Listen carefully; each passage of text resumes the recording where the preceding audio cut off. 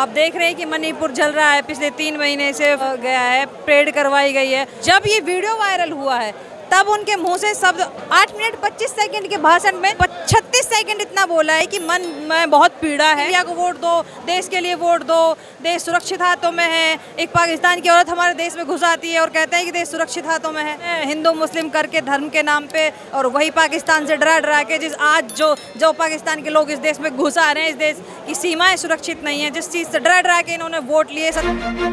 देखिए, वजह तो आपके सामने है कि जिस तरह से इस देश में पिछले दिनों से जो सब हो रहा है, लोकतंत्र बचा नहीं है, संविधान नहीं बचा है। आप देख रहे हैं कि मणिपुर जल रहा है पिछले 3 महीने से, फिर ऊपर से जो 2 बेटियों को नग्न करके घुमाया गया है, परेड करवाई गई है, और 3 महीने तक प्रधानमंत्री जी चुप थे, कुछ नहीं बोले। और उसके बाद में जब ये वीडियो वायरल हुआ है तब उनके मुँह से शब्द 8 मिनट 25 सेकंड के भाषण में सिर्फ उन्होंने 36 सेकंड इतना बोला है कि मन में बहुत पीड़ा है, सिर्फ इतना बोला है। बोलने से काम नहीं चलेगा। अगर आपके मुख्यमंत्री जी वहाँ काम नहीं कर पा रहे हैं तो सबसे पहले तो उनका इस्तीफा लीजिए वहाँ से, और वहाँ जाकर एक बार देखिए, लोगों से मिलिए, और वहाँ जाके व्यवस्थाओं को ठीक करिए।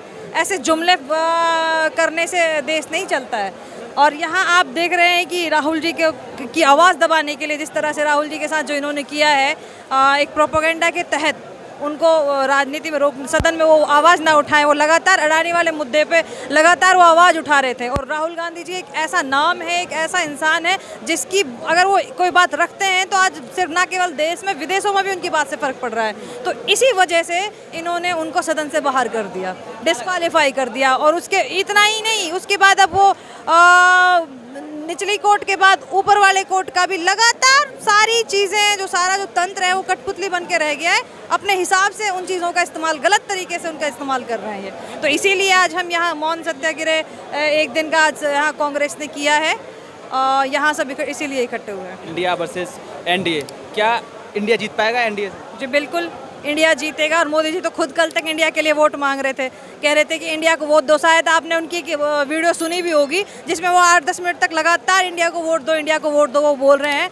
तो आज वही लोग इंडिया का विरोध कर रहे हैं, कह रहे हैं कि आप इंडिया नाम नहीं रख सकते, और उनका जो गोदी मीडिया वो उसका बहिष्कार कर रहा है। जबकि जो उनकी पार्टी का सिंबल है वो खुद एक राष्ट्रीय पुष्प के ऊपर उन्होंने अपना पार्टी का सिंबल रखा हुआ है, कमल का फूल। तो हम लोग इंडिया नाम क्यों नहीं रख सकते? आप भी तो पिछले 10 साल से राष्ट्र के नाम पे बोल रहे हैं कि इंडिया को वोट दो, देश के लिए वोट दो, देश सुरक्षित हाथों में है। एक पाकिस्तान की औरत हमारे देश में घुस आती है और कहते हैं कि देश सुरक्षित हाथों में है।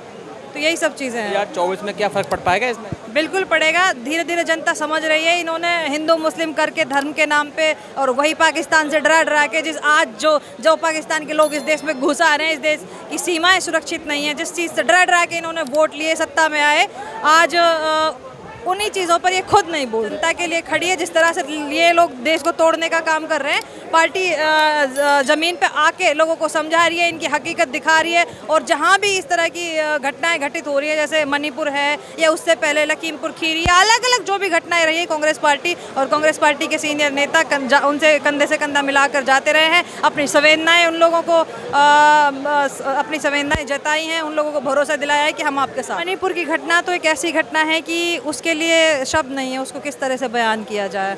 और आपने देखा होगा कि द टेलीग्राफ ने एक न्यूज़ लगाई थी कि 79 डेज तक क्रोकोडाइल, आपने देखा होगा कि जो क्रोकोडाइल है उसकी 56 इंच की खाल है, जो वो 78 दिन तक उस पर कोई फ़र्क नहीं पड़ा। 79वें दिन जा कर के उसके आंसू निकले हैं। तो यही चीज़ें हैं।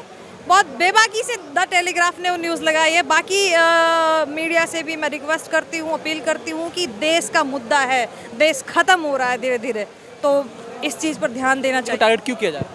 राहुल, जाहिर सी बात है, राहुल गांधी जी एक ऐसा नाम है। आज अगर मोदी जी के सामने कोई टिका हुआ है, मोदी जी के सामने मजबूती से जो कोई खड़ा है, बेबाकी के साथ खड़ा है, जिसको ये सीडी से, सीबीआई से, ईडी से नहीं डरा सकते, वो केवल राहुल गांधी जी। और लगातार जो लोगों के बीच में जा रहे हैं, लोगों की आवाज़ उठाने का काम कर रहे हैं, इनके किसी प्रकार के टॉर्चर से जो इंसान नहीं डर रहा है, निडर आदमी है, जो देश की जनता को और बाकी और पार्टी के लोगों को भी जो लगातार संदेश दे रहे हैं कि डरो मत, इसीलिए राहुल गांधी जी से डर कर ये डर गए हैं। इनको लगता है कि कहीं ना कहीं 2024 में सत्ता इनके हाथों से जाने वाली है, इसीलिए इस तरह की हरकत कर रहे हैं। उनको अपने रास्ते से हटाने के लिए वो इलेक्शन ना लड़ पाएँ, वो सदन में इनके करतूतों को ना लोगों के सामने ना ला पाएँ, इनसे सवाल ना कर सकें, इसलिए राहुल गांधी जी के साथ ये किया जा रहा है।